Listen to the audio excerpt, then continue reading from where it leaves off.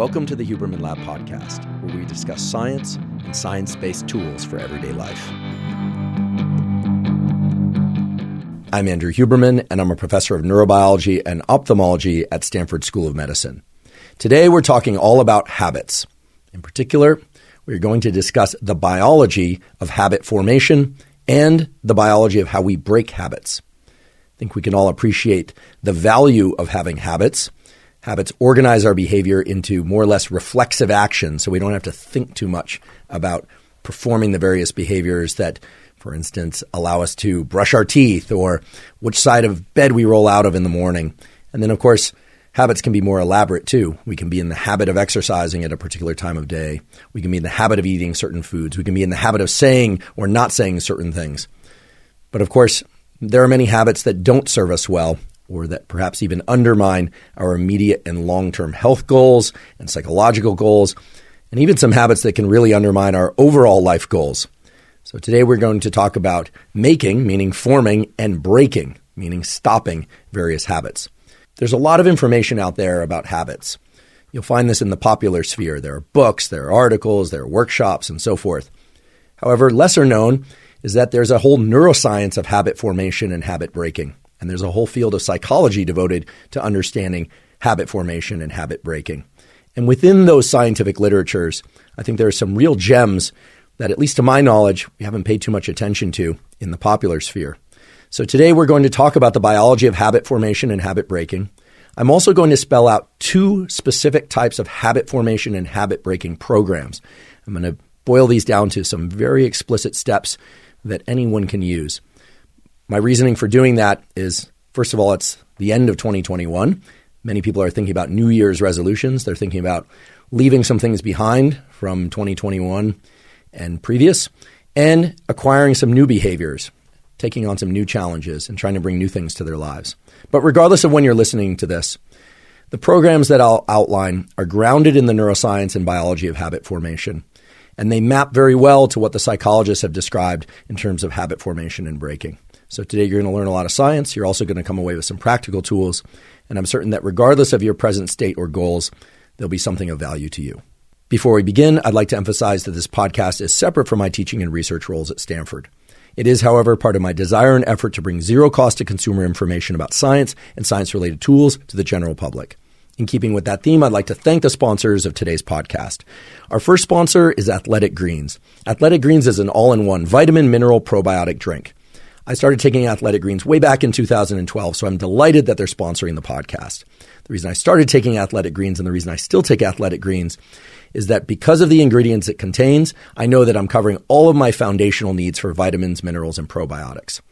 There is a wealth of knowledge now pointing to the fact that the so-called gut-brain axis is important for our brain health, for our metabolic health, for our hormone health, for our immune system. So the probiotics, vitamins, and minerals really support that system. And many of the other things it contains generally support our health in terms of neural system, meaning the brain, the spinal cord, etc. Basically, Athletic Greens has all the things I need, nothing I don't.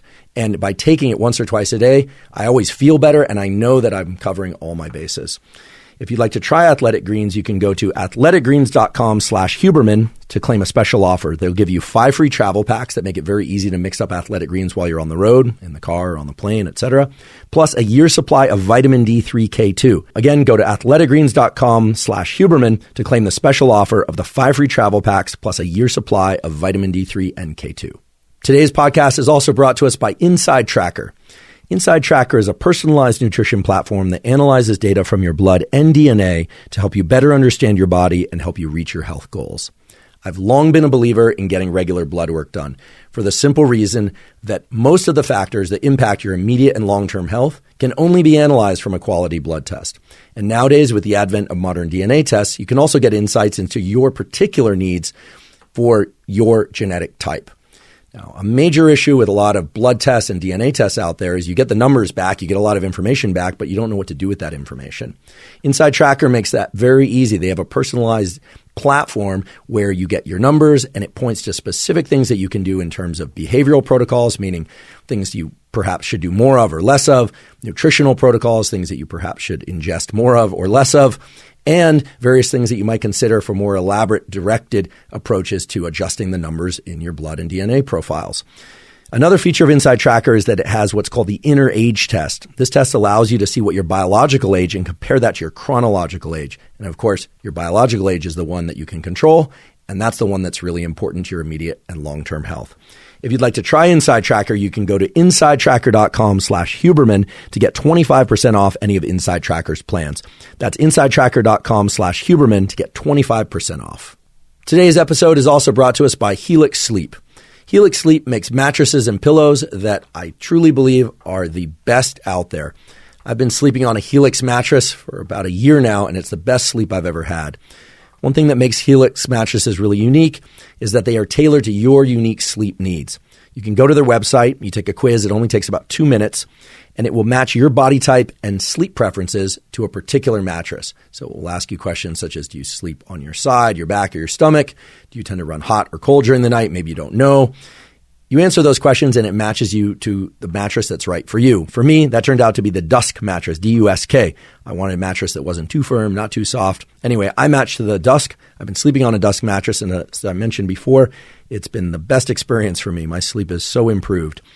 So if you're interested in upgrading your mattress, go to helixsleep.com/Huberman, take their 2-minute sleep quiz, and they'll match you to a customized mattress for you, and you'll get up to $200 off all mattress orders and 2 free pillows.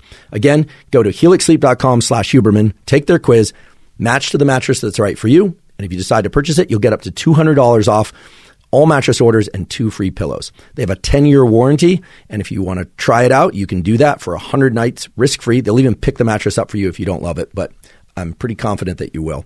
Again, helixsleep.com/Huberman is where you'll find a Helix mattress for you. Let's talk about habits. And anytime we're talking about habits, that means our nervous system learns something. Now, many people think that habits are just like reflexes, but pure reflexes are things like the eye blink reflex. Something comes toward your eye and you don't want it to get in your eye, you'll blink. Or if you happen to step on a sharp object or get too close to something that's too hot, you'll reflexively move away. Those aren't habits. Those are what we call hardwired reflexes. Habits are things that our nervous system learned, but not always consciously. Sometimes we develop habits that we're not even aware of until they become a problem, or maybe they serve us well. Who knows? But the fact of the matter is that habits are a big part of who we are. What we do habitually makes up much of what we do entirely. In fact, it's estimated that up to 70% of our waking behavior is made up of habitual behavior. So you can imagine that there's a lot of biology, meaning cells and hormones and neural pathways, etc., that are going to support the development of those habits. So if habits are largely learned, consciously or unconsciously, we have to ask ourselves, what is learning? Well, learning is neuroplasticity. Neuroplasticity is simply the process by which our nervous system changes in response to experience. We have to ask, what changes? Well, what changes are the connections between neurons. Neurons are just nerve cells. They communicate with one another by electricity and by sending chemical signals to one another that inspire the next neuron and the next neuron to either be electrically active or not. But at the end of the day, neuroplasticity is about forming new neural circuits, new pathways by which certain habits are likely to occur and other ones are less likely to occur. So we've got habits. We have that habits are learned. We have that learning involves neuroplasticity, and that neuroplasticity involves changes in the connections between neurons, nerve cells. Okay, so that describes habits through the lens of neuroscience and biology. But as many of you are well aware, there are popular books about habits, and there's a whole psychological literature about habits. And those two areas point to some very interesting aspects of habits that I think are worth mentioning. First of all is this notion of immediate goal-based habits versus identity-based habits. Immediate goal-based habits are going to be habits that are designed to bring you a specific outcome as you do them. So each and every time you do them. So for instance, it might be that you want to develop a habit of getting 60 minutes of zone 2 cardio each day, or perhaps 3-4 times a week as we head into the new year. I've talked before on the podcast about the fact that the scientific literature and the health literature really points to the incredibly positive effects of getting 150 minutes to 180 minutes per week minimum of what's called zone 2 cardio. Zone 2 cardio is basically any cardiovascular exercise that gets you moving and your heart pumping and breathing, but not so hard that you can't hold a conversation. It kind of puts you at the threshold of being just able to have a conversation that's a little bit strained. But if you were to exercise a little bit harder, run a little bit faster, etc., you wouldn't be able to talk while you did it. There's a lot of literature that points to that as a healthy practice. So maybe you're somebody that wants to get more of zone 2 cardio, for instance. That would be an immediate goal-based habit. If your goal is to get that cardio maybe 4 times a week, every time you do it, you could check off a little box and you'd say, okay, I did it. You met the goal. That is different than so-called identity-based habits, where there's a larger overarching theme to the habit, where you're trying to become, quote-unquote, a fit person, or you're somebody who wants to be an athlete or something of that sort. It's where you start to attach some sort of larger picture about yourself or what it means for you to do that habit, where there's both the immediate goal, right? Complete the exercise, complete the session or whatever it is, check off that box, but that you're linking it to some sort of larger goal. Now, why am I making this distinction? I mean, first of all, I'm not the one to first make this distinction. Others have made the distinction between identity versus immediate goal-based habit formation. But the reason I'm making the distinction is that pretty soon in our discussion today, we are going to talk about dopamine, a molecule that's associated with motivation and reward that we make in our brain, and how different schedules of dopamine release predict whether or not we will stick to a habit or not, and in particular, whether or not we will be able to form that habit quickly or not. Now, this is absolutely critical to understand for the following reason. Another thing that you'll hear out there in the literature is that it takes 21 days to form a habit. Some people say 18, some people say 21, some people say 30 days, some people say 60 days. So which one is it? Does it depend on the habit that one is trying to form, or does it depend on the person that's trying to form the habit? Well, it turns out that there's excellent peer-reviewed data on this. There's a study published in 2010, first author Lally, L-A-L-L-Y. This study found that for the same habit to be formed, it can take anywhere from 18 days to as many as 254 days for different individuals to form that habit. The reason I bring this up is that I always get asked, is it true that it takes 21 days to form a habit? Is it true that your nervous system changes in 6 days when you're doing something repeatedly? And the answer is, as I mentioned before, it's highly variable. What I didn't tell you actually was what specific habit they were looking at in that Lally study. And it's interesting that the specific behavior was a health-related behavior. It's pretty relevant to our discussion here on the podcast, which was taking walks after dinner. There's actually a really nice literature showing that walks after a meal can speed glucose clearance from the bloodstream, can be beneficial for not just weight loss, but cardiovascular health, etc. So a walk after dinner seems pretty straightforward, right? Well, in order to form that habit, it took some people 18 days and other people 254 days.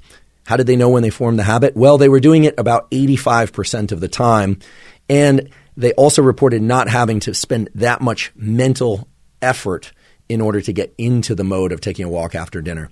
So for those of you listening, some of you might be thinking, I can't believe that it would take some people 254 days to get into that habit. But as I said, people are highly variable. And if you can't form one habit easily, it doesn't mean that you can't form other habits easily. The mystery of why certain people can form certain habits more easily than others probably has something to do with how well people manage what's called limbic friction. Now, limbic friction is not a term that you're going to find in the formal neurobiological literature or even psychological literature. It's frankly a term that I coined to encompass a number of different pieces of the psychology and neuroscience literature.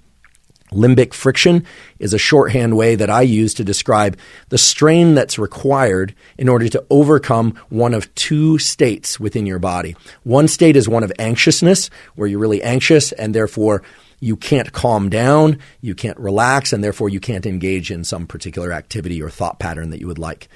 The other state is one in which you're feeling too tired or lazy or not motivated. Both of those states, feeling too alert and too calm, if you will, relate to the function of the so-called autonomic nervous system, a set of neurons and hormones and chemicals in your brain and body that act as sort of a seesaw. You're either alert or calm. You're either asleep or stressed. Those two states are not compatible with one another. You've probably heard of wired and tired, but that's really once you've been very stressed for a long time to the point where you're exhausted. What does the autonomic nervous system have to do with any of this? Well, limbic friction is a phrase that can be used to describe how much effort, how much activation energy you need in order to engage in a particular behavior. So using this Lally study as an example, some people would eat dinner and then say, oh, that's right, I'm trying to develop the habit of taking a walk after dinner, so let's get up and go. Other people will feel like, I just don't want to do it today. They're going to feel too much limbic friction, and that limbic friction could arrive, again, from one of two sources. It could be because they are too tired to do it, or it could be because they're too anxious and distracted in order to do it. So this is a key distinction. A lot of habit formation has to do with being in the right state of mind and being able to control your state of body and mind. So as we march forward, what you're going to find is that this phrase or this term, limbic friction, is going to be a useful metric or way for you to touch in with yourself and address whether or not you are likely to be able to form a certain habit easily or whether or not it's going to be very challenging. And I'm going to teach you a way to measure your degree of limbic friction. That is, how much activation energy it will take in order for you to execute a new habit. And I'm going to teach you how to measure your limbic friction and activation energy for how likely it is that you're going to be able to break a habit that you don't want to have. The other key concept for us to address that's really mainly found in the books and articles out there about habits is this notion of what I call linchpin habits. Linchpin habits are certain habits that make a lot of other habits easier to execute. Now, the sorts of linchpin habits that I'm referring to are always going to be things that you enjoy doing. I'll just give you an example from my life. I happen to like exercise, not all forms of exercise, but I happen to like resistance training and I happen to like running. So I'm personally in the habit of getting cardiovascular exercise 3 or 4 times per week, maybe 30 to 60 minutes per session. And I'm in the habit of doing resistance training 3 or 4 times per week, typically also for about 45 to 60 minutes per session. Now, I enjoy those, and for reasons that I'll get into a little bit later, I place those activities typically early in the day because of the neurochemistry and the various types of hormones, et cetera, that are associated with performing those activities. But I really place those activities under the umbrella of what I call linchpin habits. Why? Because those particular habits are easy to execute because I enjoy them, but they also make a lot of other habits easier to execute. Things like being alert for work, things like making sure that I get good sleep the night before, things like hydration, things like making sure that I eat the foods that are better for me than maybe some of the other foods that I would more reflexively reach to if I weren't doing that training. So certain habits act as linchpins, meaning that they shift a lot of other things. They can control and bias the likelihood that, in this case, you or me, will perform other habits that are harder to access, that we have less of an affinity for. So again, there's 3 concepts that we need to include here. We've got identity-based versus goal-based habits. We've got the concept that different habits take different periods of time to adopt depending on the person and the habit, and that there are these what I call linchpin habits, certain habits that make other habits easier to execute. And those linchpin habits always are things that we enjoy doing. So our goal throughout this episode is for you to identify which habits are easy for you to perform, which ones are hard for you to perform, and which habits you want to break. If you want to grab a pen and paper, you can do that, or if you want to dictate some of that into your phone, you can. But right now, actually, if you just want to think about these concepts, you can always go back later. I'll make sure to spell out a very specific way that you can chart out a map towards forming particular habits and breaking particular habits later on. What I'd like us to do at this point is to take that concept of limbic friction and for you to ask yourself what habits you perform on a daily basis. And these could be things as basic as brushing your teeth before breakfast or brushing your teeth after breakfast. It could be, for instance, that you get exercise or you get it at a particular time of day, or even that you take a particular route to work, right? We are very habitual, and we tend to do things more or less over and over in the same way unless we intervene in ourselves. That's just the way that we are wired. So now I'd like to shift to thinking about a particular aspect of habits, and that's habit strength. Now, you all have different habits. You probably brush your teeth at a particular time of day. You probably exercise at particular times a week. You probably go to the refrigerator in a very habitual way. We are incredibly habitual organisms. Unless we intervene in our habits, they tend to carry out the same way that they always have once they've formed. So you can do this exercise now. You don't have to write this down if you don't want to, but you certainly are welcome. we're going to evaluate what's called habit strength. That's not a concept that I created. Habit strength is something that you will find in the psychological literature. Habit strength is measured by two main criteria. The first is how context dependent a given habit is. So context dependence is if you go from one environment to the next, do you tend to do the same thing in the same way at the same time of day? So for instance, brushing your teeth first thing in the morning, maybe some of you do that before breakfast, maybe some of you do that later, maybe some of you, like me, don't even eat breakfast. But when I travel, I tend to brush my teeth at more or less the same time of day relative to when I wake up as I do when I'm at home. So it's context independent. So it's a very strong habit, right? There are certain behaviors like perhaps what you eat or, perhaps how you dress that are context independent, that you might perform one way in one context and another way in another context. The other aspect of habit strength is how much limbic friction is required to perform that habit on a regular basis. This is extremely important because if you are in the process of building habits and consolidating those habits, then it's probably going to take more limbic friction to execute those habits. What do I mean by that? Well, let's say you set out to get, let's say, 45 minutes of zone 2 cardio exercise every day, 5 or maybe even 7 days a week.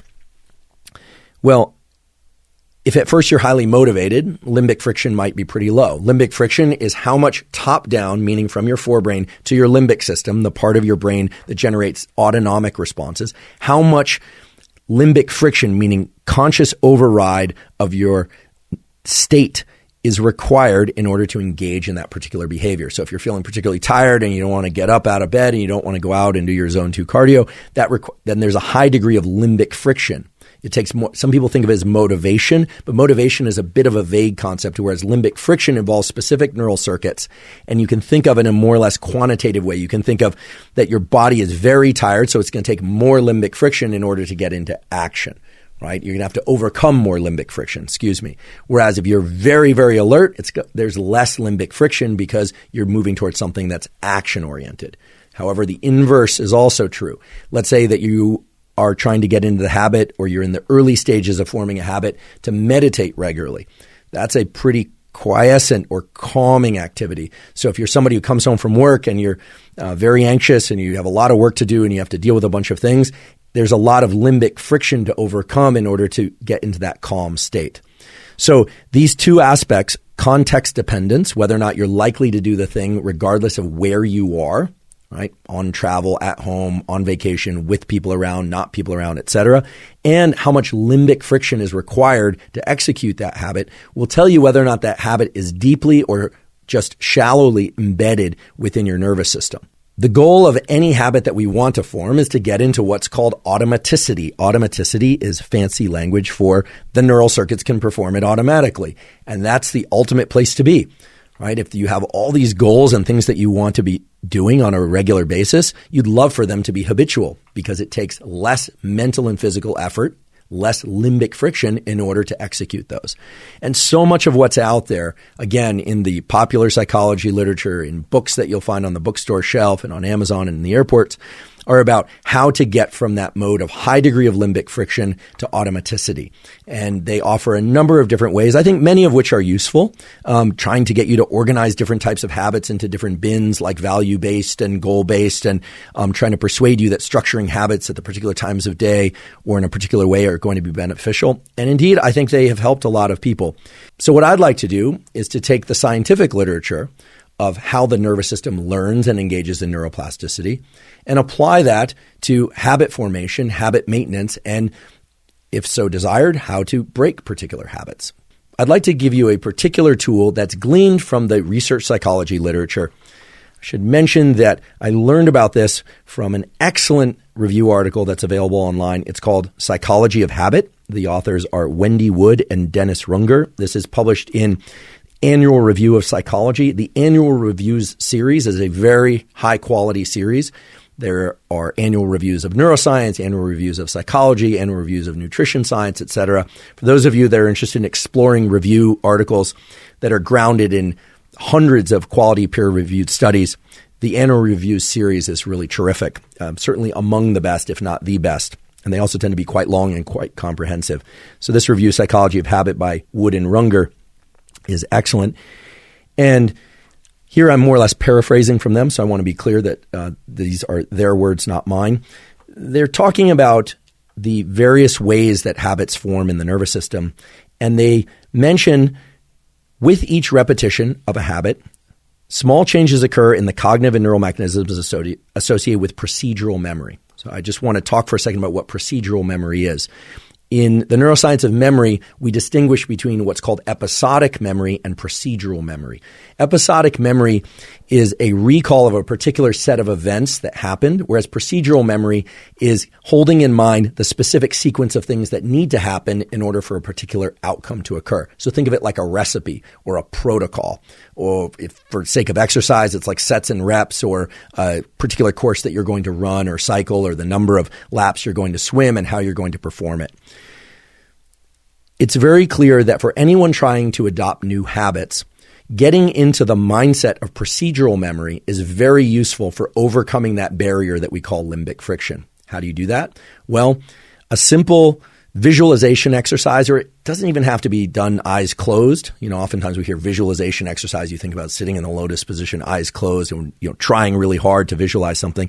It doesn't need to be anything like that. It can simply be, if you are deciding to adopt a new habit, to just think about the very specific sequence of steps that's required to execute that habit.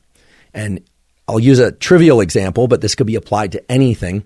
Let's say I want to get into the habit of making myself or someone else in my household a cup of espresso every morning. I would actually think through each of those steps. Walk into the kitchen, turn on the espresso machine, draw the espresso, walking through each of those steps from start to finish.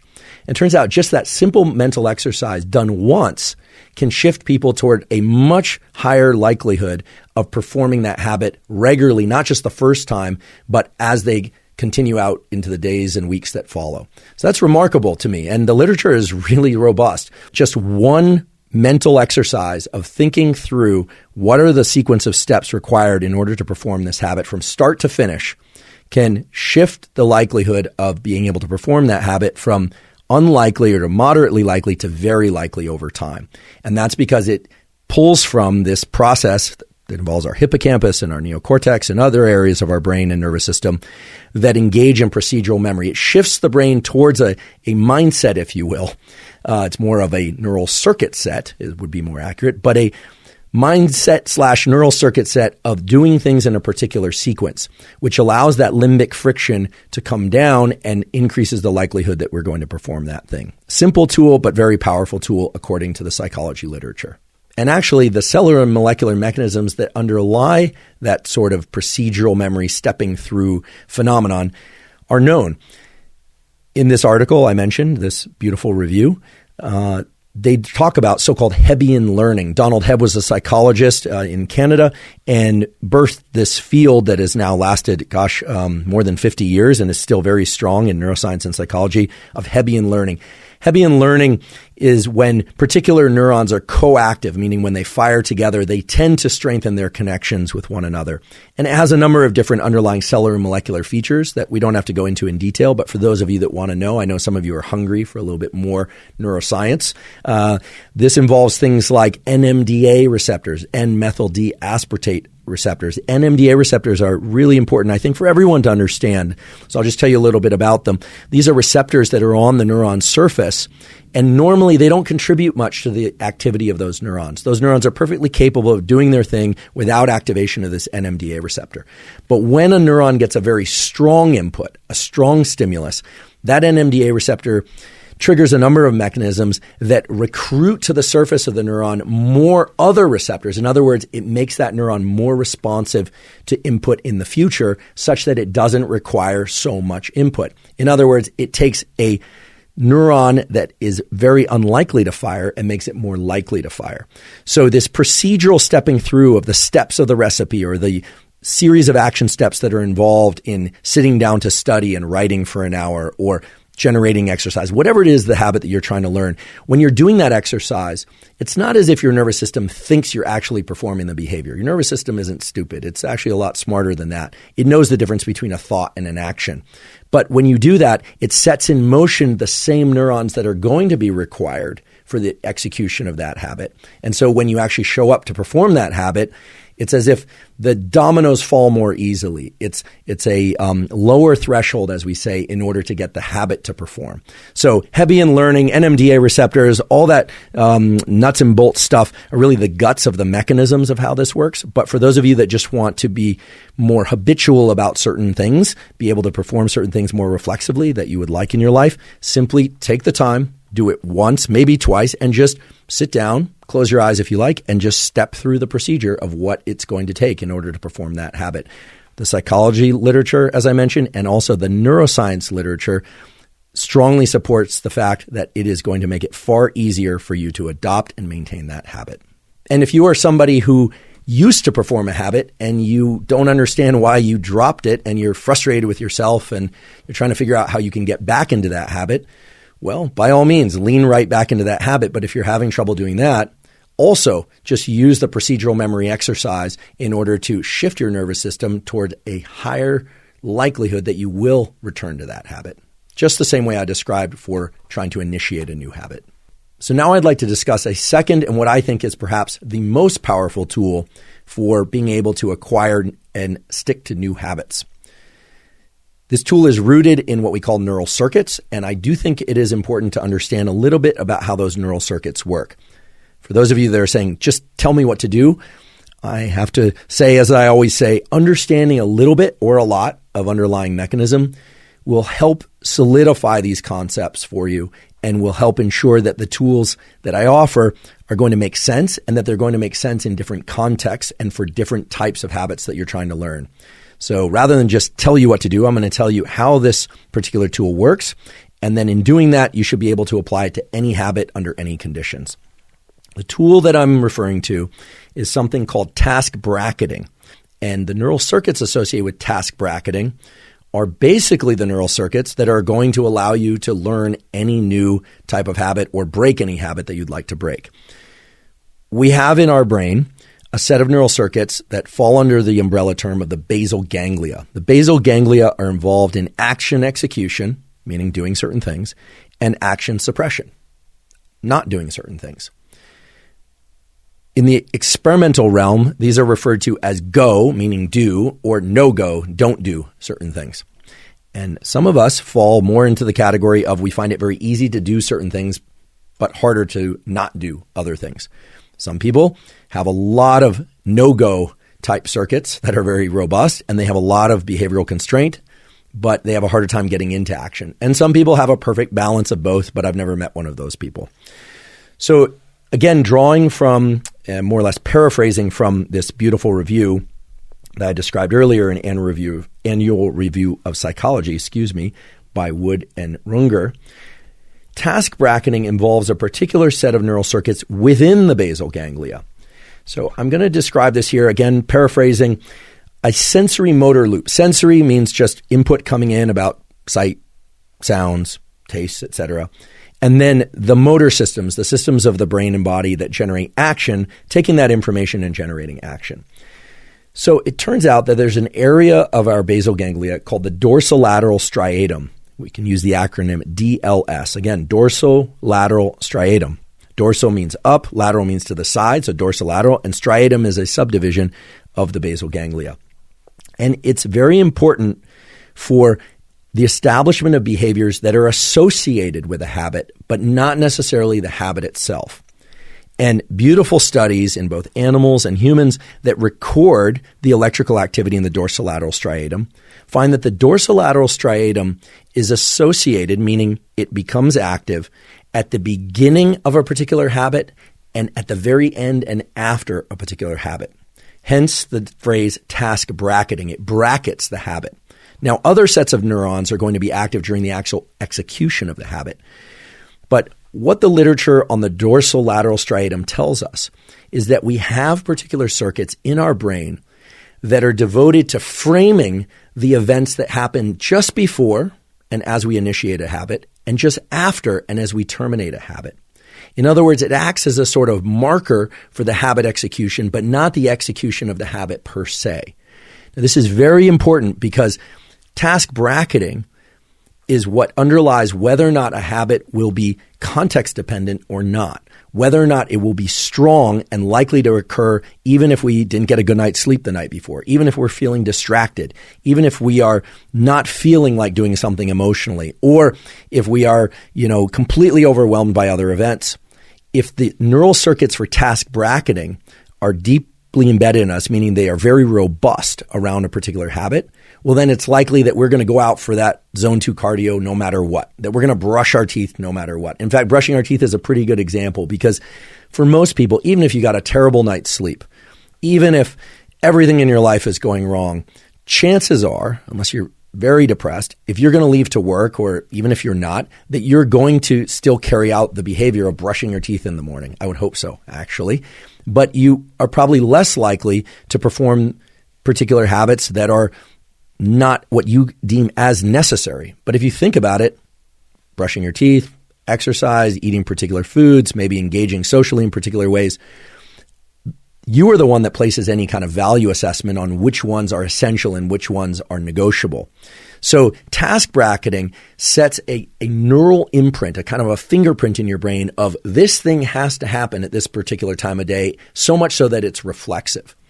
And as we'll talk about in a moment, there's a way that you can build up task bracketing so that regardless of what it is you're trying to learn, there's a much higher probability that you're going to do that thing. And when I say learn, meaning let's say you're trying to acquire a habit that for you is really challenging. Maybe it's that you're going to write for an hour a day on a book project that you've been thinking about, or you're going to work on mathematics, or you're going to do any sort of thing that for you there's a lot of limbic friction.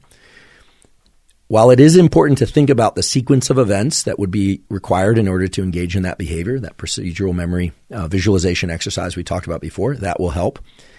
There is a way also that you can orient your nervous system toward this task bracketing process so that your nervous system is shifted or oriented towards the execution of a given habit. So this is sort of like warming up your body to exercise.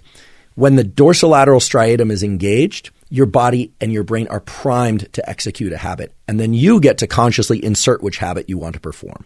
So in order to leverage the neural mechanisms of task bracketing in order to increase the likelihood that you're going to perform a particular habit, I have to break it to you that one thing that you've probably heard over and over about habit formation is not true. And what I'm referring to is this idea that if you are very specific about exactly when you're going to perform a particular habit, that you are more likely to perform that habit.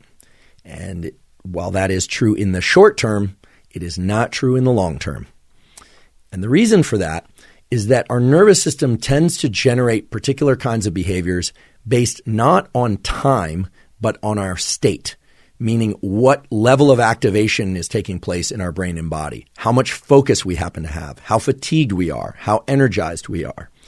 So while schedules are important, it's not the specific time of day per se that's going to allow you to get into a habit and form that habit and consolidate that habit.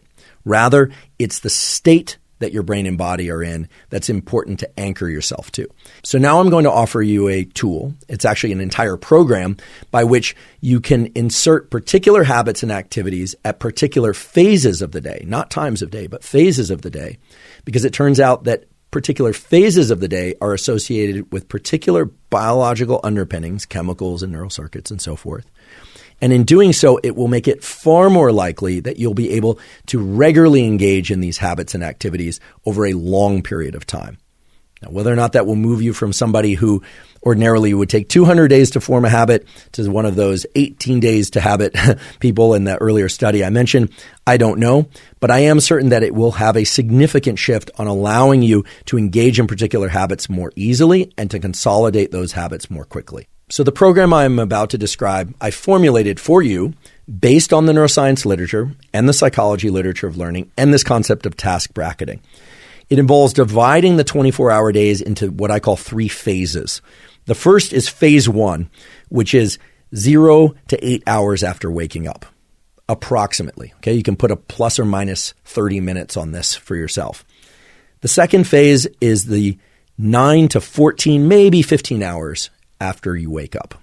And the third phase is 16 to 24 hours after waking up. So we've taken the 24-hour cycle, we've carved it up into 3 phases, phase 1, phase 2, and phase 3. Now, everything I'm describing, or at least the way I'm going to describe it, is based on what I would call a typical schedule, diurnal schedule. You've heard of nocturnal? Well, we are diurnal. Most of us are asleep at night and awake during the day. I do realize that a number of people have shift work, or they have newborns, or other reasons why they have to be up in the middle of the night and sleeping during the day. If that's the case, please listen to the episode that we did on jet lag and shift work, because it has a lot of tools specifically for that population. But most people go to sleep somewhere around 10 p.m., plus or minus 2 hours, and wake up sometime around 7 a.m., plus or minus 2 hours. So today I'm going to use the to bed at 10 p.m. and the wake up time of 7 a.m. as the framework for this, but you could adopt it easily to your particular schedule. Phase 1, which again is 0 to 8 hours after waking, has a particular neurochemical signature. Regardless of what you do, the neuromodulators norepinephrine, as well as epinephrine, so that's noradrenaline and adrenaline, as well as the neuromodulator dopamine, tend to be elevated during that first 0 to 8 hours after waking. There are a number of reasons for this related to the fact that also cortisol is higher in our brain and bloodstream. It's a healthy level of cortisol upon waking. Body temperature is increased, etc. And there are several things that perhaps we should all be doing. I've talked about many of these on the podcast before, that in addition to those chemicals, further support an alert and focused state. And I'll just list those off. I've done many podcasts on each of these. If you'd like to access those podcasts, you can find them in the menu of podcasts on YouTube, Apple, Spotify, etc. They involve, for instance, viewing sunlight or bright artificial light if you can't access sunlight within the first 30 minutes of waking, physical exercise of some kind in this first phase of the day, 0 to 8 hours of the day, ideally pretty early in that phase. But, if it has to be at the 7 to 8 hour transition point, that's fine too. Cold exposure in the form of cold showers or ice baths or outside with minimal clothing, appropriate yet minimal clothing. Caffeine ingestion, fasting, for instance, not ingesting calories also will lend itself to increased norepinephrine, dopamine, etc. If you are going to consume foods that are rich in things like tyrosine, which is a precursor for dopamine, you can look up which foods are high in tyrosine. And for those of you that are interested in supplementation and like to use those routes, things like alpha GPC or phenylethylamine or L-tyrosine, if that's in keeping with what you're able to do. Of course, consult your doctor if you're going to rely on supplementation.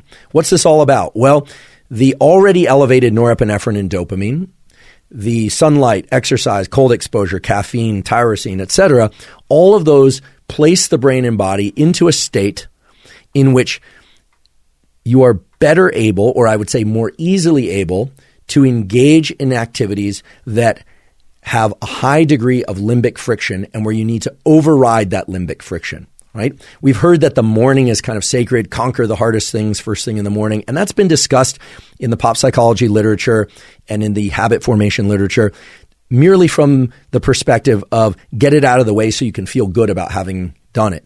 But what I'm referring to is quite different. What I'm referring to is a particular phase of day that after rising, after waking up that is, for 0 to 8 hours, right, in that first phase, your whole system is action and focus oriented. And we know that when you are action and focus oriented, and because of the neurochemicals that are naturally released into your brain and body, that you will be more likely to overcome any limbic friction that stands in the way of performing particular habits. So as you list out or think about the various habits that you'd like to adopt in your life, take the habits for which you know there's the highest degree of limbic friction. They are the hardest for you to engage in. They require the most activation energy, and put those in this 0 to 8 hours after waking. This will greatly facilitate your performance of those new habits. I'm certain of that. And in addition to that, by doing them in this particular phase of the day, not necessarily at the same time. I mean, if you want to be very habitual and you want to do, the exercise or the sunlight viewing always at the same time, or you want to do, you want to drink your caffeine always at the exact same time, that's fine. But by placing them in this broader window of 0 to 8 hours after waking, what you're doing is you're creating task bracketing. You're making it such that your nervous system will predict when you are going to lean in against limbic friction in order to perform particular types of habits. And this is very different than saying, I'm always going to run or I'm always going to study from 10 to 12 a.m. every morning. That's great. And if you can do that, terrific. But the literature indicates that people who do that, who are very rigid about when they do things, tend, because of context dependence, to not necessarily stick to those habits over time. Some people do, but many, many people don't. So think about the hardest habits to form and the habits that you most want to form that are hardest for you to adopt and to maintain. And I highly suggest placing those somewhere within this phase 1 of 0 to 8 hours after waking. Now, of course, some of the things I listed out, sunlight viewing, exercise, cold exposure, caffeine, fasting, those might be the actual habits themselves. But here I realize, or I want to acknowledge that many people, including myself, are doing some or all of these things already. And many people, including myself, are trying to adopt new habits that don't fall into the category of just trying to set your overall state. Again, norepinephrine, dopamine, and all these neural systems will be greatly elevated in this 0 to 8 hours after waking. However, the other things I mentioned, sunlight exposure, exercise, cold exposure, caffeine, fasting, if that's for you, or if you're eating during that phase, eating things that contain some or elevated levels of tyrosine, maybe supplementing alpha-GPC or L-tyrosine, etc. All of those things further facilitate the neurochemistry and therefore the state of mind that's going to be ideal for leaning into limbic friction and overriding that limbic friction so that you can regularly perform that habit. What we're really talking about here is leveraging neural systems in order to help you make it more likely that you're going to be able to engage and maintain a particular habit. So what I'm referring to as phase 1 of each day is useful for acquiring certain habits. But there are other phases of the day, and those turn out to be useful for acquiring other types of habits. Phase 2, as I mentioned, is about, again, these aren't specifics, but about 9 to 14 or 15 hours after waking. During this phase of the day, because of the circadian shifts in our biology, the amount of dopamine and norepinephrine that's circulating in our brain and bloodstream tends to start to come down, and levels of cortisol tend to start to come down. That's the ideal circumstance. In fact, you don't really want elevated cortisol late in the day. That's actually a signature of depression and anxiety and a number of other unfortunate things. So 9 to 14 hours after waking, dopamine and norepinephrine and cortisol are starting to taper down just naturally. And a different neuromodulator, serotonin, is starting to rise. Serotonin is definitely going to be highest in this second half of the day and tends to lend itself to a more relaxed state of being. Now, of course, I do realize that some people are less of morning people and find that they really come alive and awake in the afternoon, but most people don't fall into that category. Most people feel more alert early in the day, even anxious early in the day, and then as the afternoon progresses, they tend to be a bit more sleepy, a bit more relaxed, a bit more calm. There are certain things that we all can and should do during this phase 2 of each day that lend themselves to a state of mind and a state of body that is going to be beneficial for the generation and consolidation of certain types of habits. What are those things? First of all, as the day goes on, you should try, if you can, to start tapering the amount of light that you're viewing. Now, this doesn't mean putting yourself into dim light at 3 o'clock or 4 o'clock in the afternoon. That's certainly not the case. Simply that you want to start tapering off the amount of really bright light that you're getting, unless it's sunlight. Talked about this before on the podcast, but if you haven't heard, viewing the sun as it's at what we call low solar angle, so as it's headed toward the horizon, you don't necessarily have to watch the sunset, although that can be nice. But getting some sunlight in your eyes in the second half of the day can also be beneficial for a number of brain systems and psychological systems. So you can get some sunlight in your eyes. You can certainly have artificial lights on, but you want to start dimming those lights and bringing them actually physically lower in the room, because the neurons in your eye that view the upper visual field, they actually trigger this alertness mechanism in the brain and body. And in the second half of the day, even if you're humming around and doing work at 3 and 4 or 5 or even 7 p.m., you are probably headed towards sleep a few hours later. So things like limiting the total amount of light if you can, things like NSDR, non-sleep deep rest, another thing that I've talked about on this podcast. If you haven't heard about this before, non-sleep deep rest is an umbrella term for things like meditation, for yoga nidra, a very powerful science-supported tool for teaching you how to relax, things like self-hypnosis, which might sound a little kooky to some of you, but actually is a clinically based tool for which there's a lot of scientific literature. If you're interested in that, there's a great free resource called Reveri, REVERI.com. There's a app for both Apple and Android. This is an app that was developed by colleagues of mine and researchers at Stanford School of Medicine. You can do these short 15-minute self-hypnosis scripts, as they're called, that can teach you how to relax yourself. There's even ones for focus, for sleep, for chronic pain. Again, all very strongly supported by quality peer-reviewed literature. So things like Reveri, meditation, things like heat and sauna, hot baths, hot showers. Those are terrific things to do in the second half of the day. They tend to support this serotonergic or high serotonin-like state and lend themselves to more calm and relaxation. For those of you that are interested in supplementation, there's always ashwagandha, which reduces cortisol. Again, peaks in cortisol late in the afternoon and evening are associated with depression, anxiety, and so forth. Ashwagandha is a pretty potent cortisol inhibiting tool. I personally don't use it very often, and I caution people about using it for longer than 2-week periods of time without taking some breaks. You can look up more about ashwagandha on examine.com. There's a lot of terrific literature with links to studies there. But basically, this phase 2 of the day is one in which you're alert, you are present, you are working, you are engaging socially, you're cooking dinner, probably paying attention to a number of things, but you should really be trying to taper off your stress level. So how do you leverage phase 2 of the day for habit formation? Well, given what we know about the neurochemistry of learning and memory, given what we know about task formation and its reliance on certain forms of neuroplasticity, this second half of the day is a terrific time to take on habits and things that you're already doing that require very little override of limbic friction. So these might be things that you could categorize in common terms as kind of mellower activities. It might be journaling. It might be that you already are performing music, or I should say practicing music regularly, but that there's a particular type of music that is hard for you, or that you're working on a particular piece of music, or you're trying to learn a language, something that's a little bit challenging, but doesn't require a ton of energy in order to override that limbic friction. The second half of the day is a much better time to do that. Less resistance, as we might say. But of course, resistance has a neural substrate.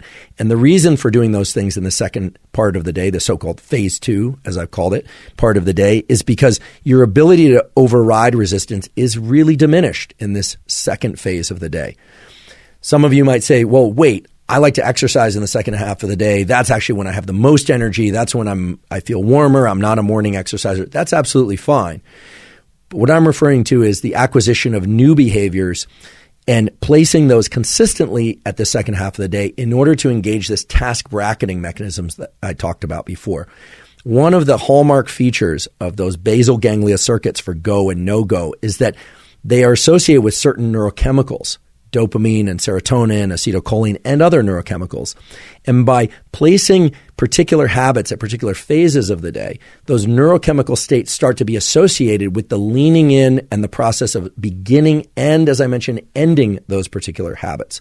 And in doing so, they shift the whole nervous system toward being able to predict that certain things are going to happen at particular times of day, that you're going to be leaning very hard against limbic friction early in the day in phase 1. And that you're going to be doing things that require less conscious override of limbic friction in phase 2. And in doing so, set up this task bracketing system so that the individual habits that you're learning or that you're trying to learn have a much greater probability of being executed and consolidated, meaning that pretty soon they will just naturally become reflexive.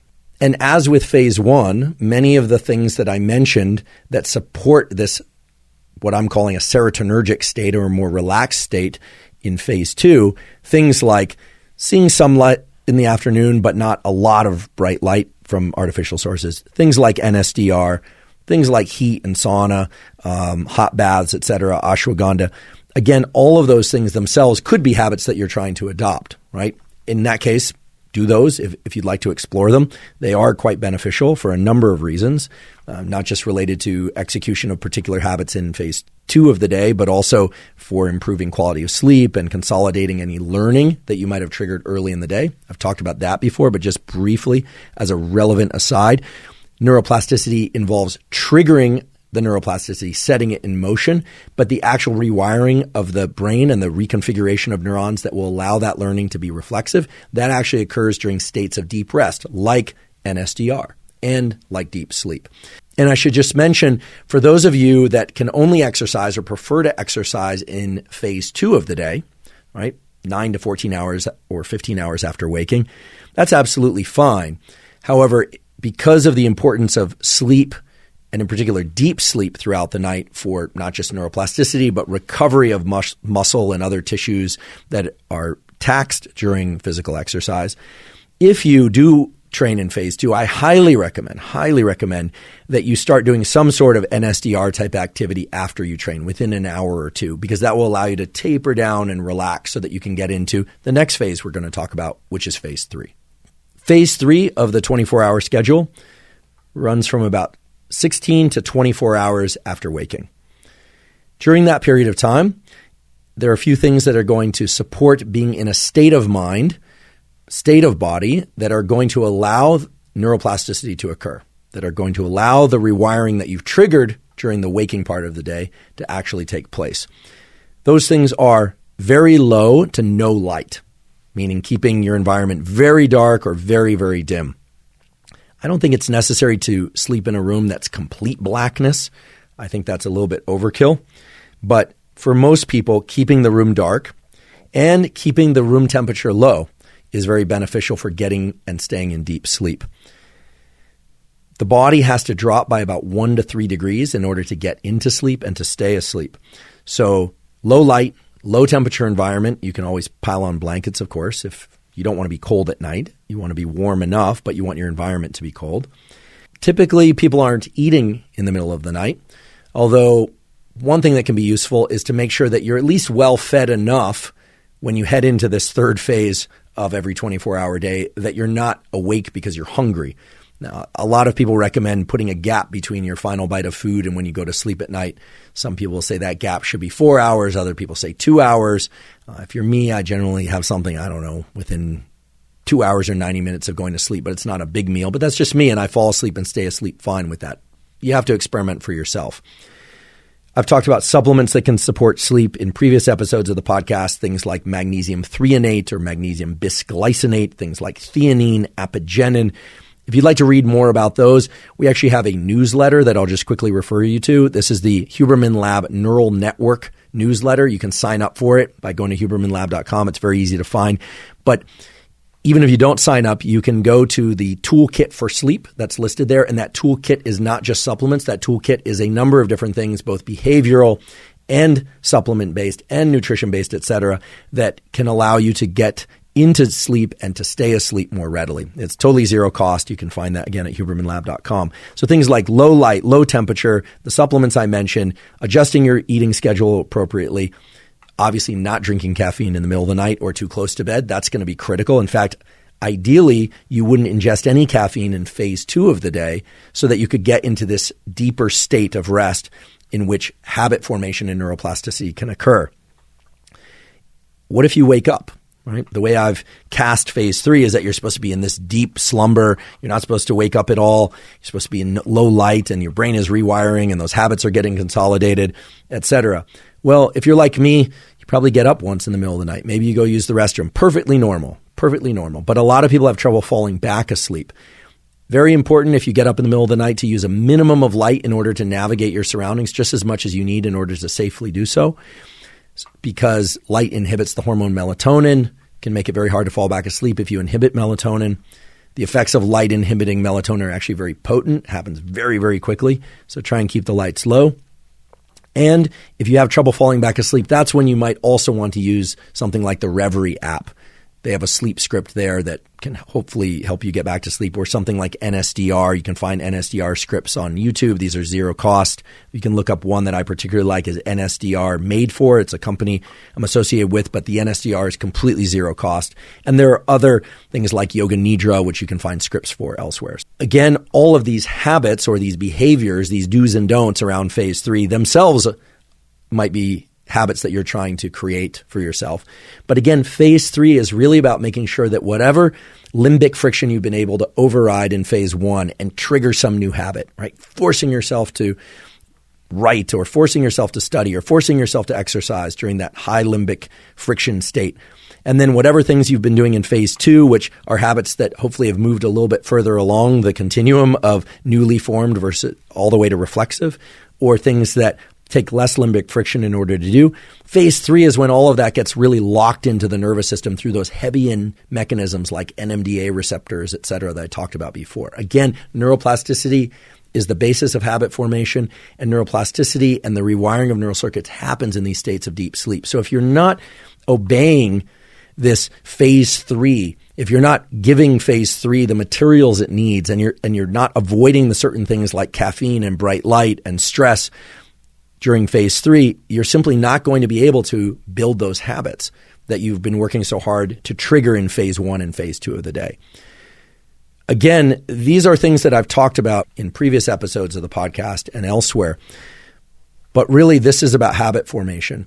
And the whole reason for placing particular types of behaviors at particular phases of the day is to set a framework for that task bracketing. Again, task bracketing and those circuits of the basal ganglia indicate that it's not just the neural circuits that are engaged by the task itself, but the neural circuits that are engaged before and after that task execution. That's what gets consolidated. So when you do things at particular phases of the day, under particular conditions of neurochemistry, what you're doing is you're giving the brain a very predictable set of sequences that during sleep, it can start to put into your hard drive, if you will. It can really program it into your nervous system so that within a short period of time, hopefully within 18 or maybe even 6 days, or who knows, maybe even fewer days, you'll find that executing those behaviors is very, very straightforward for you, and that you won't have to feel so much limbic friction or override so much limbic friction. Some of you are probably asking, okay, if I perform a particular habit during phase 1, and then I do other habits during phase 2, and I eventually get to the point where I'm engaging in those habits in a pretty effortless way, do I keep them in the same phase of the day? And the good news is the literature says it doesn't matter. And in fact, moving that particular habit around somewhat randomly can actually be beneficial to you, because actually moving it from one time a day to the other is that context independence that we really are seeking. By being able to do the same thing that we want to do regardless of time of day or circumstances, that's how we know that we've achieved a real habit formation. That's how we know that the habit has been moved into certain components of our neural circuitry that just allow us to do it what seems like reflexively. Although earlier I pointed out that these aren't reflexes in the traditional sense. The reason for that is that this brain area, the hippocampus, that many of you know is associated with learning and memory, is not actually where memories are stored. The hippocampus is where memories are formed. It's where procedures, like I talked about before, procedural memory of how you're going to execute a particular sequence, where that's maintained.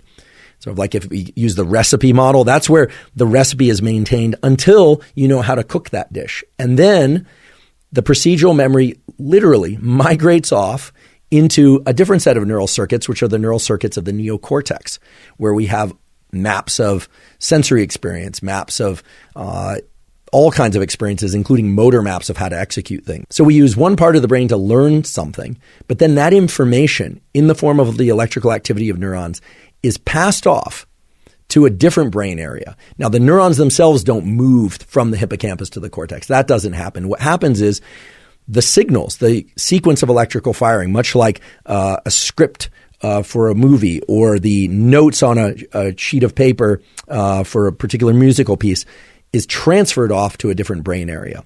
So that whole process of really leaning into something that's hard, then it becoming easier, and then eventually that thing becoming more or less reflexive, involves a migration of the information in the brain. And once it's migrated out to a different location in the brain, at that point, it's achieved context independence. It doesn't have to be bracketed by, your caffeine and your lunch. It doesn't have to occur immediately after your afternoon NSDR, but before your 4 o'clock meeting on Zoom or something of that sort. So all this is to say that once something has become reflexive, you should play with it a little bit about time of day. If you want to keep it in the same phase of day, great.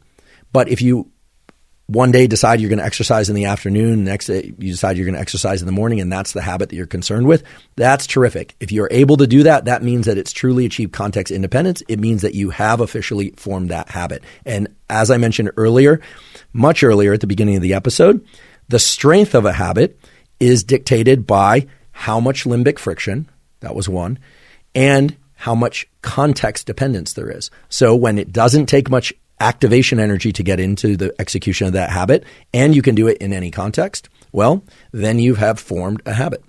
We really can't have a discussion about learning anything, habits or otherwise, unless we talk about reward prediction error. Reward prediction error is associated with the molecule dopamine, although I should say there are other neurochemicals in our brain and body that are also related to reward prediction error. But reward prediction error is a very good system, or I should say a lens through which to think about whether or not we should reward ourselves for performing a given habit. And this is a much larger discussion that actually relates to things like parenting and self-regulation. Should we reward kids just for effort? Should we reward ourselves just for effort? What should we reward? How much should we reward ourselves? When should we withdraw reward? Should we use punishment? These kinds of things. This is a vast literature. We don't have time to go into all the details. But the notion of reward prediction error is so powerful that it can predict most, if not all, forms of learning, including habit formation. And you can deploy or use particular features of reward prediction error if you would like to reinforce or accelerate the formation of certain habits. So reward prediction error, quite simply, is if you expect a reward and the reward comes, a particular behavior that was associated with generating that reward is more likely to occur again. That's pretty straightforward. However, the amount of reward in the form of this molecule dopamine that you will experience is even greater if a reward arrives that's unexpected. Okay? So let me repeat that again. If I think that something's coming that's going to be great, let's say I lean into a habit, I manage to override my limbic friction, and I'm doing my 45 minutes of writing in the morning with no phone and no internet, and I'm getting toward the end and I'm anticipating, I'm actually doing this. This is great. I did it. I'm feeling really, really good. I finish. I definitely will receive a dopamine reward. I'll make my own dopamine reward. That's where it comes from. Remember, this is all internal. However, I will also receive dopamine reward if unexpectedly something positive happens. And typically, if something unexpected but positive happens, the amount of dopamine reward that we get is actually much greater than in any other conditions. However, it's hard to surprise yourself about a behavior that you're deliberately engaging in. So that becomes a bit of a tricky one. Reward prediction error also says that if we expect a reward and the reward doesn't come, that the pattern of dopamine release will follow a particular contour. And that contour is very important. Here's how it goes. Let's say that I'm writing and I'm about 30 or 45 minutes in, and I'm thinking, this is great. I managed to do this. I'm succeeding in executing the behaviors that I need to in order to perform this habit. I'm overriding limbic friction. Just that series of thoughts will start to generate a dopamine release within my brain and body. However, if at the 50-minute mark, the phone rings and I pick up the phone, or I break my own protocol, I break my own self-discipline, and I go on and check social media, or I do something that takes me out of that, what's going to happen is that my level of dopamine is actually going to drop below the baseline, meaning below the level of dopamine I had before I even started the habit execution. Okay? So what this is this is a system that predicts whether or not rewards are going to come. when we think a reward is going to come, it starts to actually arrive earlier in the form of dopamine release. This is the feeling that we experience as in positive anticipation.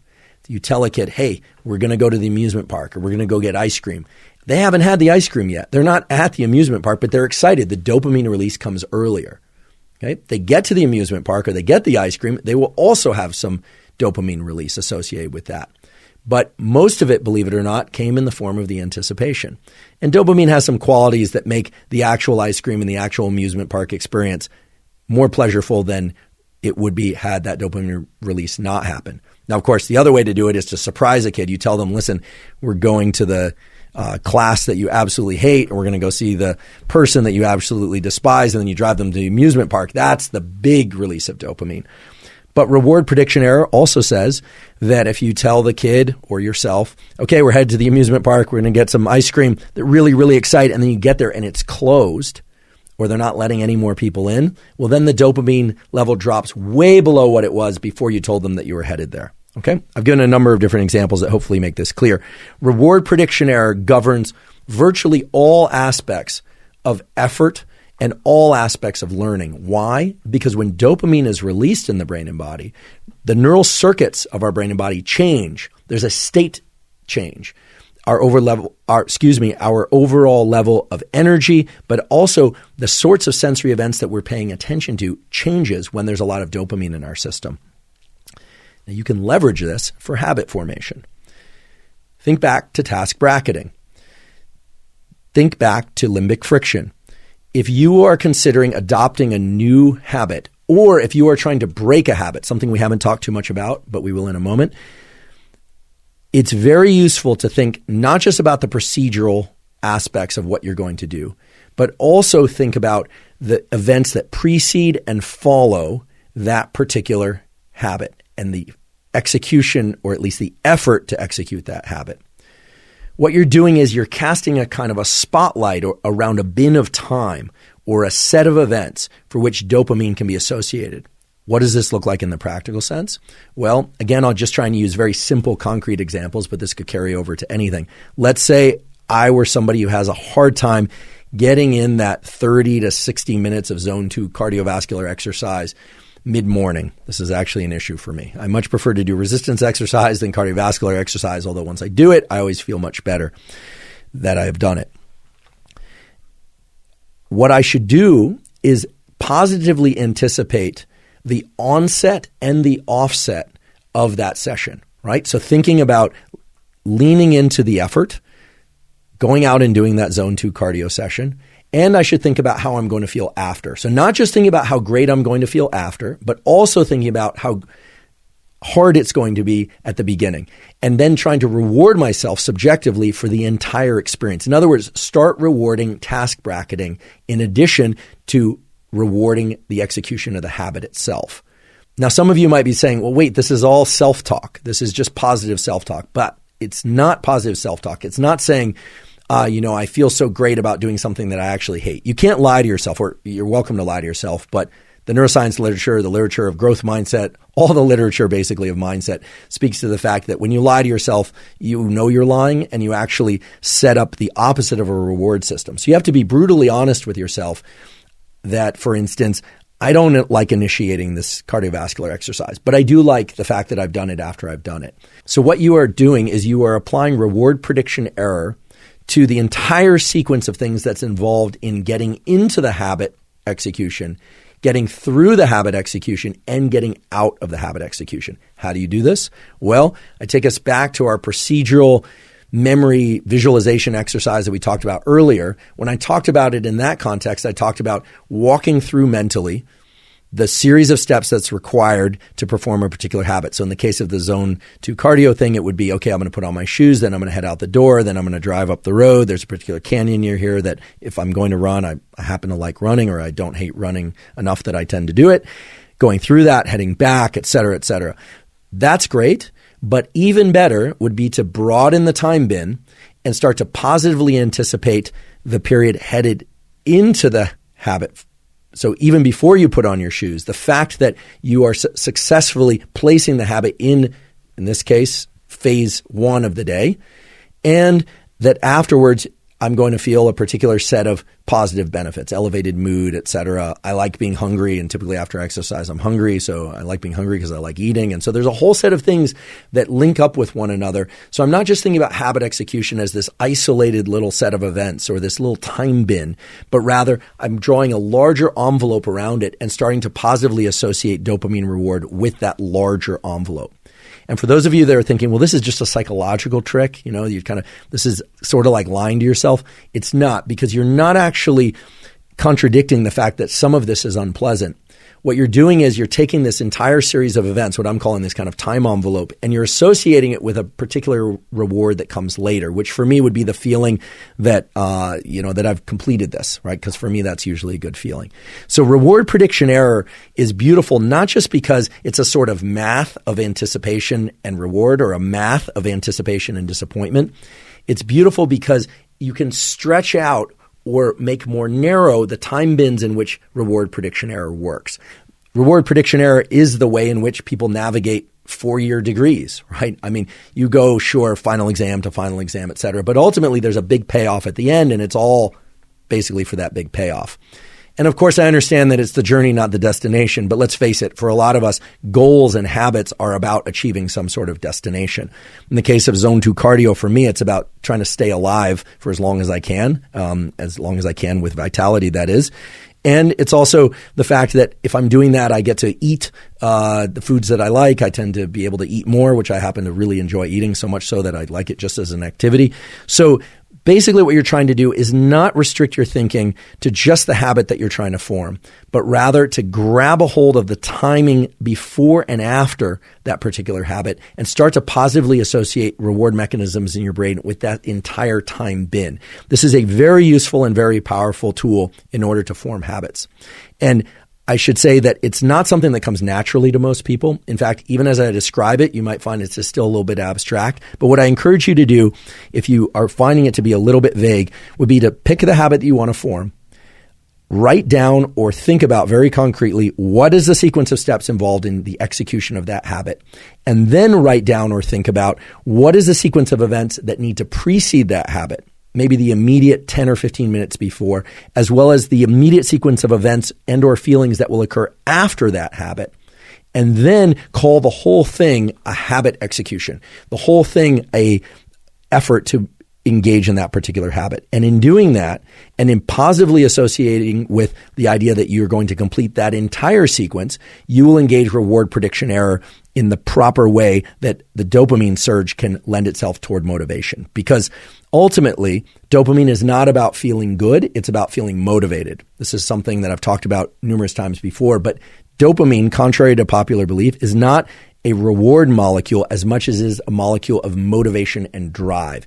And the natural consequence of doing the exercise I just described, of writing things out that precede, are involved in the immediate execution of the habit and follow the habit, will allow you to experience an increase in energy and thereby an increase in likelihood that you're going to engage in that entire sequence of events. And the reason for that is that dopamine gives us energy. And the reason for that is that the molecule epinephrine, adrenaline, is actually manufactured from dopamine. Biochemically, it comes from dopamine. So dopamine is powerful, and you can access more dopamine around even habits that you haven't yet formed by taking this broader time envelope and task bracketing that specific task execution or habit execution. Way back at the beginning of the episode, I promised you that I would deliver 2 programs that are geared towards habit formation. And I promised that I would give you ways in which you could gauge whether or not certain habits had moved from high effort, what I call high limbic friction, to reflexive. And we talked about a number of ways to gauge that. In researching this episode, I found a tremendous number of different systems for habit formation. It's really amazing how much is out there. There are ones that are 60 days to this, or 21 days to that, or 18 days to this. I mean, it's just rampant in the popular psychology literature and in the self-help literature. I want to spell out a particular system that I think could be very useful to most, if not all people, that's rooted in the biology of habit formation, rooted in the psychology of habit formation, and that is entirely compatible with that phase 1, phase 2, phase 3 type program that I talked about earlier, but encompasses a bit of a longer time scale and really arrives at a kind of a system, if you will, for how to build in habits and then to test whether or not those habits have really stuck and whether or not they're likely to stick going forward. And so this is, at least for sake of this example, a 21-day system. I picked 21 days because that seems to be the average or most typical system for engaging neuroplasticity as it relates to the formation of new habits. This 21-day system actually is one that someone I know very well uses and has used for a long time. They actually use them, their kids use it as well. And it has a certain elegance to it. And I think as I describe it, that elegance will begin to reveal itself. So basically what this involves is you set out to perform 6 new habits per day across the course of 21 days. Why 6 and why 21? Well, we'll talk about that in a moment. But the idea is you write down 6 things that you would like to do every day for 21 days. What phase of the day those things fall into? Well, that will depend on what they are and how they relate to those earlier phase 1, phase 2, phase 3. But for now, 21 days, 6 things per day. However, the expectation is that you'll only complete 4 to 5 of those each day. Okay? So built into this is a kind of permission to fail, but it's not failure because it turns out that this approach to forming habits is based not so much on the specific habits that you're trying to form, but the habit of performing habits, right? It's the habit of doing a certain number of things per day. So you set out to perform 6. Now, another reason for not necessarily performing all 6 is that some activities probably shouldn't be performed each day. For instance, in my case, if I were to weight train or even run every day, I'm of the sort, or my biology is of the sort, that I don't recover so well. So I wouldn't want to do resistance training every day, but I might want to do it 4 days a week, for instance. So by having 6 things in that list, I could shuffle out that particular activity on particular days of the week and simply do 4 or 5 other activities. So 21 days, you list out 4 to 5 things. So it might be zone 2 cardio, resistance training, sunlight viewing, writing. It could be journaling. It could be learning a language, mathematics. Again, this is going to vary depending on your particular goals and the habits that you're trying to create. But no more than 6, and the expectation is that you're not going to perform more than 4 to 5. If you miss a day, meaning you don't perform 4 to 5 things, there is no punishment. And in fact, it's important that you don't actually try and do what in the literature is called a habit slip compensation, which is just fancy psychological language for if you screw up and you don't get all 4 or 5 in one day, you don't do 8 the next day in order to compensate. This actually brings me back to an example I had from graduate school. I remember when I started graduate school feeling very excited, but a little bit overwhelmed by the amount of things that I had to do because I had to both do research. I was doing coursework at the time. Graduate student stipends, and still now, unfortunately, were depressingly low. So it was financially stressful. There were a number of things happening. And I remember a neurologist, this was at UC Berkeley, a really fantastic scientist and person. His name is Bob Knight. Some of you may know him. I remember I went to him and I asked, what is the process by which someone actually navigates graduate school successfully? And he said, listen, you don't want to do anything or engage in a routine in any way that you can't keep up consistently for at least 5 and ideally 6 days per week. I thought, that's pretty good. And he said, every 4 or 5 years, you might have to update that, but you need to decide what you can do consistently, what you can do every day or at least 6 days a week or 5 days a week. And that was very, very useful to me. And it fits well with this notion of habit slips, that if you happen to screw up and not be able to engage in whatever habits you're trying to learn for whatever reason, that the next day you just get right back on the horse, so to speak. However, there's a really interesting feature from the neuroscience literature and from the psychology literature that says that chunking this 21 days into 2-day bins can be very, very useful. While it is true that the unit of the day that our cells use is a circadian one, a 24-hour clock, there does seem to be something powerful about engaging in particular habits in a particular sequence for 2 days in a row and then resetting. So thinking, okay, I can do this for a day. And if I can do it for a day, I can probably do it for 2 days and then resetting. So every 2 days, you're resetting. So you're kind of chunking this 21 days into a series of 2-day bins in which you are trying to perform 4 to 5 new habits and then completing that 21 days. Now, everything I've described about this 21-day program with 6 things that you're trying to do as new habits and only performing 4 to 5 and not compensating, et cetera, there's nothing neuroscientifically unique about it, except for the fact that it's not just 21 days broken up into 2-day chunks. After 21 days, you stop engaging in this 21-day deliberate 4 to 5 things per day type schedule, and you simply go into autopilot. You ask yourself, how many of those particular habits that I was deliberately trying to learn in the previous 21 days are automatically incorporated into my schedule? How many of them am I naturally doing? In other words, every 21 days, you don't update and start adding new habits. You simply try and maintain the ones that you've built in that first 21 days. And this, I think, is extremely important because in all of the habit literature that I could find, sure, there was a lot of psychological data, neuroscience data, behavioral science data around here's how you form a habit, here's how you break a habit. There was even some kind of tests for whether or not a habit had really achieved context independence, whether or not it was a strongly formed habit. But there wasn't a lot of information, at least by my search, of what to do once you've formed a habit and how to evaluate whether or not that habit is likely to persist long into the future. So here's the idea. You set out these 6 things that you would like to learn or that you would like to acquire in your life, these habits. You only expect that you're going to perform 4 or 5 each day. You do that for 21 days. Again, if you miss a day, you just hop right back on the next day. However, you should think about the functional units within this 21-day period as 2 days. You're going to try and nail 4 to 5 of these things for 2 days. If you happen to get all 6, great, but that's not necessarily required. So you can do it for 2 days, then reset 2 days, then reset 2 days. And then in the next 21 days, you're not trying to acquire any new habits. You're not going to throw in 6 more habits that you want to learn. You're simply going to assess how well, how deeply you've rewired your nervous system to be able to perform those 6 habits of the previous 21 days. And this is extremely useful, I believe, because it will allow you to assess whether or not you can indeed make room, if you even have room, I should say, for more habits, right? Many people are trying to cram so many new behaviors into their nervous system that they don't stand a chance of learning all those behaviors. What you may find is that you kept up 2 of those things very consistently throughout the 21 days. And perhaps there was one of them that you did sporadically, and that there were 3 others that, frankly, you didn't manage to execute. You may also be one of these people, one of these mutants, that sets out to do 6 new things per day for 21 days and performs every single one of them.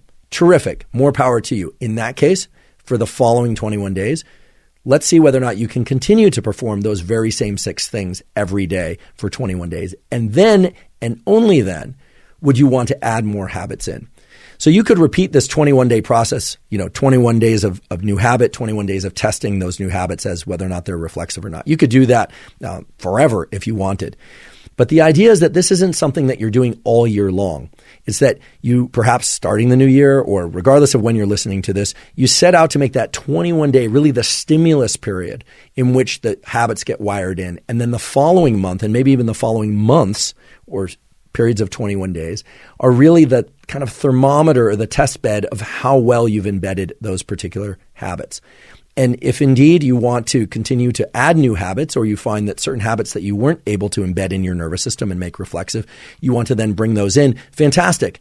But it's only once you've achieved all those 6 habits as reflexive that you would move forward. And I think this sort of system, while it could have been replaced with many other different systems, again, there's nothing holy about the system, but this particular system has a number of features: the lack of compensation for missed days, the fact that it's a fairly high intensity program for 21 days, but then you test yourself, a kind of a competition test with yourself, if you will. Those features and the fact that habit slips, missing of particular habits and not doing all 6 is kind of built into the system, I think makes it a very reasonable one. It's very adaptable to the real world. And I think it's one that, provided you obey the phase 1, phase 2, phase 3 type system that we talked about earlier, you collapse these 2 programs with one another, which hopefully will be easy based on the descriptions I've given. Well, if you do that, I think there's a very high probability that the habits that you try and form will achieve this context dependence, and that it will take progressively less and less limbic friction to perform them. Thus far, we've almost exclusively been discussing how to form habits. But what about breaking habits? Certainly many people out there would like to break habits that they feel don't serve them well. One of the challenges in breaking habits is that many habits occur very, very quickly. And so there isn't an opportunity to intervene until the habit has already been initiated and in some cases completed. Well, there are a couple of tools that neuroscience and psychology tell us can be very beneficial. Some of those things are somewhat intuitive and relate to what I call foundational practices, meaning things that set the overall tone in your body and brain such that you would be less likely to engage in a particular habit, or that would raise your level of awareness, both of your situation and to how you feel inside. So things like stress reduction, things like getting good sleep, things like quality nutrition, things like having positive routines arranged throughout your day, all of those, of course, will support you in trying to break particular habits. And while that can be very useful, it's admittedly very generic advice. It doesn't point to any one specific protocol. In order to identify a specific protocol that one could apply in order to break habits, we have to look at the mirror image of the sort of neuroplasticity that we talked about at the beginning of the episode. At the beginning of the episode, we talked about a form of neuroplasticity called long-term potentiation involving the NMDA receptor. Just to refresh your memory a little bit, it basically says that if a set of neurons is very electrically active, it's likely that over time, those neurons will communicate with themselves more easily because of changes in things like NMDA receptor activity, the recruitment of additional receptors, et cetera. It's essentially a cellular and molecular explanation for how something goes from unlearned to learned to reflexive. Now, in order to break synapses or to break apart neural connections that are serving a habit that you don't want to engage in, we need to engage the process called long-term depression.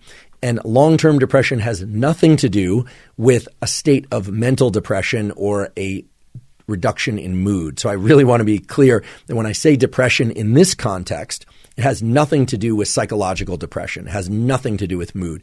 It's simply called long-term depression because just as long-term potentiation says if neuron A triggers the firing of neuron B and it does so very robustly over and over and over again, then neuron A will not have to fire as intensely or as frequently in order to activate neuron B in the future because they become potentiated, right? The threshold for co-activation has been reduced. There's a much higher probability that they will be activated together at low levels of intensity.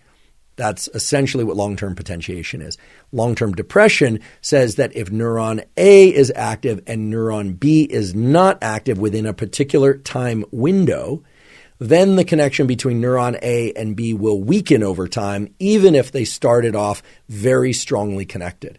Okay, so I'm going to repeat that because this is a pretty detailed neurobiological mechanism whereby if neuron A is active and neuron B is active, but at a different time or outside a particular what we call temporal window, meaning outside a particular time window, then through long-term depression, the connection between neuron A and neuron B will weaken. And just as a point of interest, the NMDA receptor is also involved in long-term depression, although there are other molecular components involved as well. So how do you take two neurons that underlie a habit out of synchrony? How do you get them to fire asynchronously? This is pretty interesting with respect to the cellular molecular biology, but at the behavioral level, it's especially interesting. The way that one would do this is, let's say, for instance, you have a habit of picking up your phone mid-work session. Okay, that's a reflexive habit I think that most people have experienced. And we often hear the idea that, the phone is so filled with access to dopamine and incredible things that we're just drawn to it. But if you notice what's happened with phone use over time, most people, including myself sometimes, I admit, find ourselves just looking at our phone or find ourselves in a particular app without actually having engaged in the conscious set of steps of, I'm really curious what's going on in this particular app. I'm really curious what's going on in this particular website. And you just kind of find yourself, in air quotes, for those of you listening, I'm making air quotes, you just sort of find yourself doing it because the behavior of picking up your phone is sort of reflexive or has become fully reflexive. You see this a lot at meals where multiple people are there and no one's looking at their phone, and then all of a sudden someone takes out their phone and you'll notice that other people just naturally take out their phone. It's this kind of observation-induced reflex. And I would wager that most people aren't consciously aware of the immediate steps involved. So the literature says there are a number of ways to break these sorts of habitual behaviors or reflexive behaviors. Most of those approaches involve establishing some sort of reward for not performing the activity or some sort of punishment for performing the activity. I've heard of some basic things that people will do, like they'll even put like a rubber band on their wrist, and every time they complain or every time they do some behavior like pick up their phone, they'll give themselves a snap on the wrist. The rationale there is that you're trying to create a somatic, a very physical representation of something that makes it very real and harder to overlook. Other people will just do a tick mark on a piece of paper. The sort of what gets measured is what gets managed kind of mindset, where if every time you do something, you take away the judgment. This is very new agey, I realize, but this is what you find out there if you search the literature, and even on PubMed, peer-reviewed articles, that every time you engage in a behavior, you just measure the fact that you did that behavior. You just mark it down. At the end of the day, people are supposed to look at that and say, "Oh my goodness, I can't believe that I spent 3 hours doing something, or I did it 46 times." And in fact, a lot of apps, social media apps, will start to give you warnings now if you opt in that you've been on the app for an hour. Would you like to leave? Most people just click right past it and go back in. I think very few people say, "Oh my goodness, it's been an hour, and therefore you're right. I absolutely shouldn't engage in this anymore." It's just far too easy to just blow past those reminders. Well, the literature on habit formation and habit reduction, breaking habits, has been analyzed. There's a beautiful meta-analysis which involves looking at a number of different studies all together, comparing the statistical strength of each of those studies, looking in different conditions, what sorts of habits were trying to be made or broken. The first author on this review is Fritz, F-R-I-T-Z. I'll certainly put a link to this. It's Heather Fritz, and it's Intervention to Modify Habits, a scoping review. And it is indeed a very broad-scale review. It's from the Journal of Occupation, Participation, and Health. It's published in 2020. It's a really nice article. A couple of things I learned from this article, and then I'll get into the specific tool for breaking habits. Perhaps the most interesting thing that I took from this review was the finding that notifications to either engage in habits or to not engage in habits actually were not very effective over time. They were effective in the immediate period when people started using these notifications, as were little sticky notes like "don't go into the refrigerator between the hours of whatever and whatever," or just visual reminders, physical reminders or electronic reminders were effective in the immediate term, but in the long term did not predict whether or not people would effectively stick to habits they were trying to stick to or break habits that they were trying to break. So sadly, that doesn't seem to work very well. And perhaps they just need to come up with more robust reminders. I don't know, mild electric shock or something like that. Because what we do know, only sort of kidding about mild electric shock, but what we do know from both human and animal studies is that things like electric shock, things like monetary penalties, right, having to pay out every time you engage in a particular behavior, those are pretty effective ways to break habits. The problem is when people are not being monitored for habit use. For instance, you can imagine a situation where you say, "I'm not going to pick up my phone for the 4 hours in the early part of the day so that I can get real dedicated focused work done."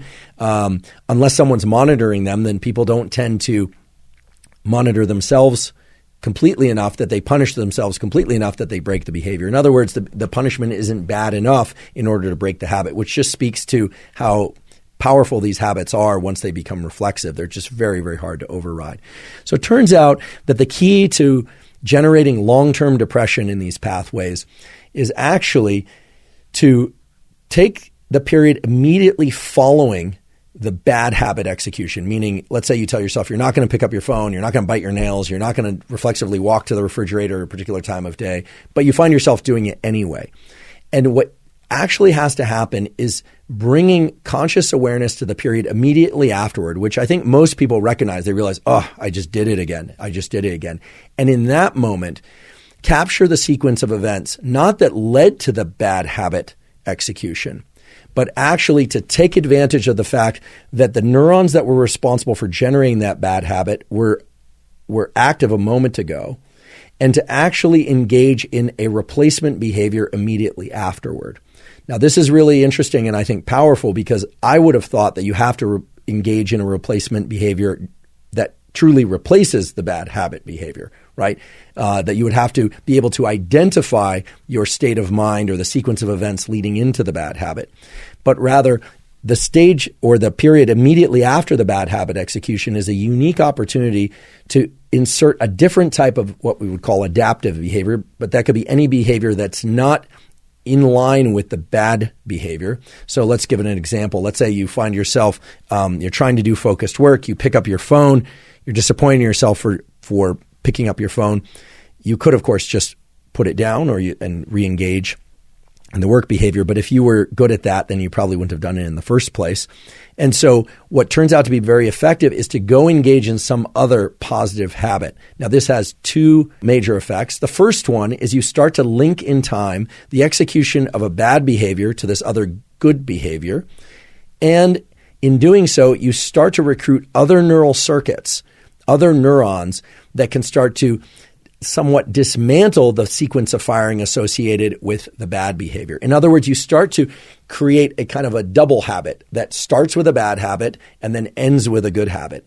And that seems to create enough of a temporal mismatch so that then recognizing when you're heading toward the bad habit becomes more apparent to you. So again, I want to make this very, very concrete. Let's say that the behavior is reflexively picking up one's phone. You do that, you think, oh goodness, I did it again.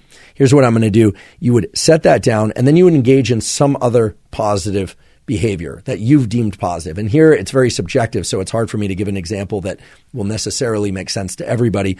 But perhaps you're working on hydration, so maybe you go have a glass of water. Maybe you are trying to do breath work or something. Maybe you are trying to enhance your language speaking skills, and so you go and you spend 5 minutes doing a particular type of language learning. You literally exit whatever you are doing and perform that other new positive habit in the immediate period right after that, even for a short period of time.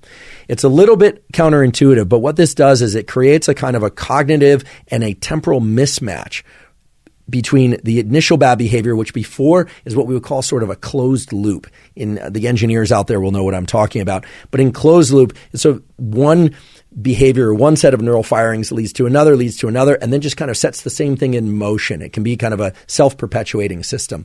By changing the number of features that are in that loop, it disrupts the closed nature of that loop. It creates what we call an open loop. And in an open loop, you are better able to intervene. So as I mentioned before, this might seem counterintuitive. You might think, why would I want to reward the execution of a bad habit with a good habit? I don't want to reward myself for the bad habit. But really what you're trying to do is you're trying to change the nature of the neural circuits that are firing so that you can rewrite the script for that bad habit. A different way to put it would be, imagine that the bad habit is like a chord on the piano that you play, or a chord of notes, or a sequence of notes that you would play. And it comes very easily. You can play it every single time. But let's say as you're trying to learn a new piece of music, you're just constantly inserting that at the inappropriate times. That was I think it's a decent enough analogy for a bad habit because it involves some motor execution. You just find yourself doing it. Rather than trying to prevent yourself from doing it, the next time you do it, add in a new chord or sequence that you're trying to learn. What this does then is it changes the whole nature of the sequence of neurons that are firing from bad habit through to the end of this newly applied good habit.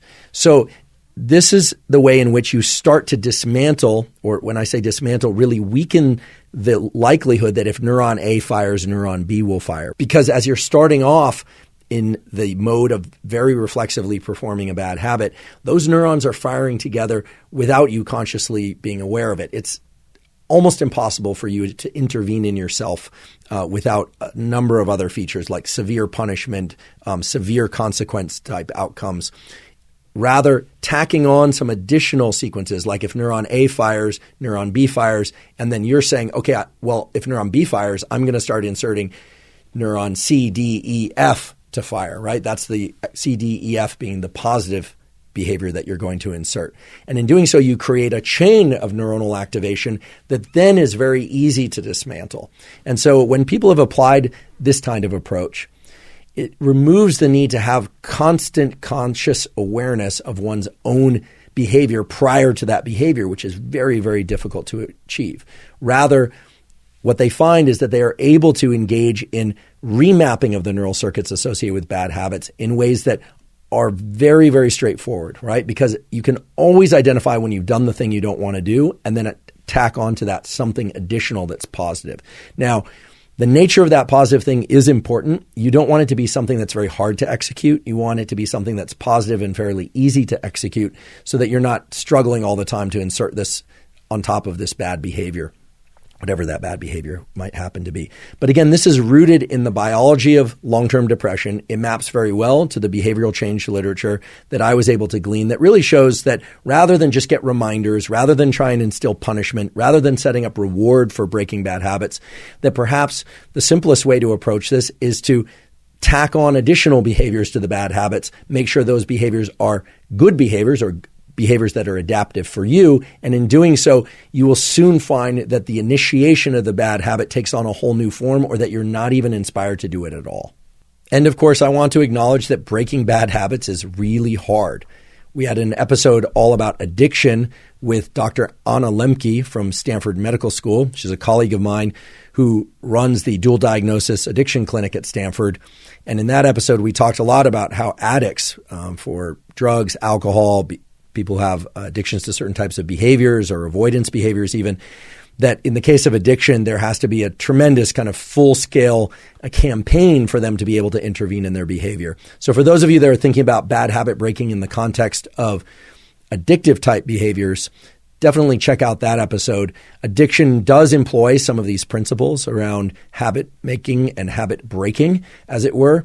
But of course, because the consequences of certain habits in addiction can be so severe, there's other sets of protocols, and there's a kind of a psychological backdrop to it that's very important. It also relates to the biology of dopamine, and you can find all of that in the episode with Dr. Anna Lembke.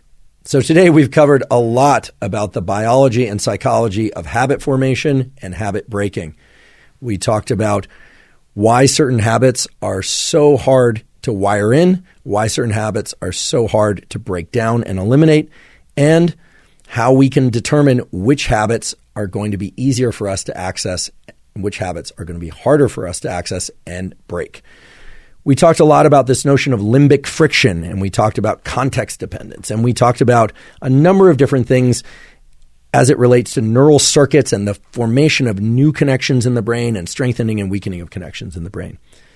We also discussed two programs designed specifically for you on the basis of the neurobiology literature and the literature on the psychology of habit formation and habit breaking. Just to briefly recap, one program involves dividing the 24-hour day into 3 phases, phase 1, phase 2, phase 3, and to try and tackle specific habits at particular phases of the 24-hour cycle.